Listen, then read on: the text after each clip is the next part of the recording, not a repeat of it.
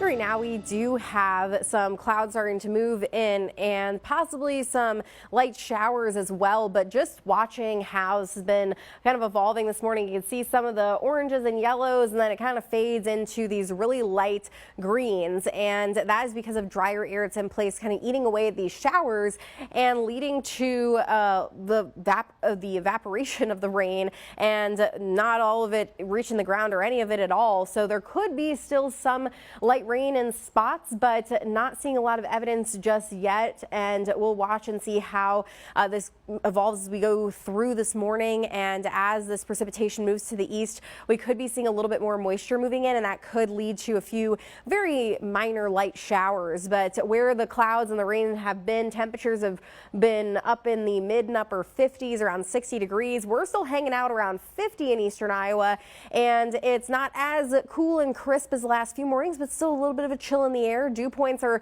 closer to 50 degrees this morning, while off to the west a few degrees higher in some mid 50s. And it's not a ton of moisture, but there's enough there. There could be a few light showers around, but anything that does come on down today would be light. It would be just some spits of rain or some drizzle around, and temperatures will just slide up into the low 70s. We'll have the clouds kind of hanging around through the day as they move on in this morning, and then get some clearing as we get into this evening. Clouds will be just kind of passing by tonight, and temperatures will drop down into the mid 50s.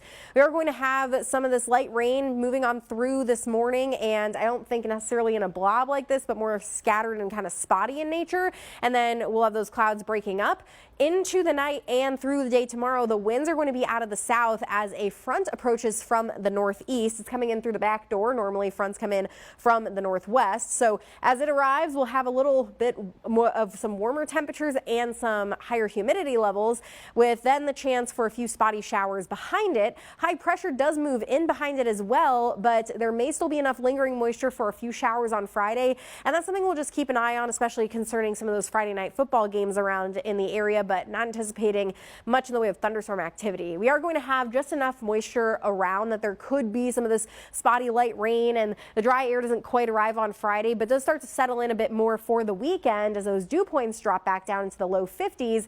Not as cool as we had this past weekend, but still some pretty nice air in place, and that's going to keep the rain chances on the lower side and precipitation in general down. We will have a few little systems passing by here and there, but we largely stay in this northwesterly flow. And while we're not going to have the cool air that we did this past weekend, another system next week comes in and does draw down some cool air once again. So we are seeing more bouts of some of this fall air that's going to be coming into place. But for now, we have a little bit of an up and down game. Temperatures that'll be held back today with the clouds, go up tomorrow with the front, and then back down behind it. We'll have some pretty nice weather for a lot of those high school football games and for Iowa's home opener. And then the pretty quiet and nice weather continues into the holiday weekend.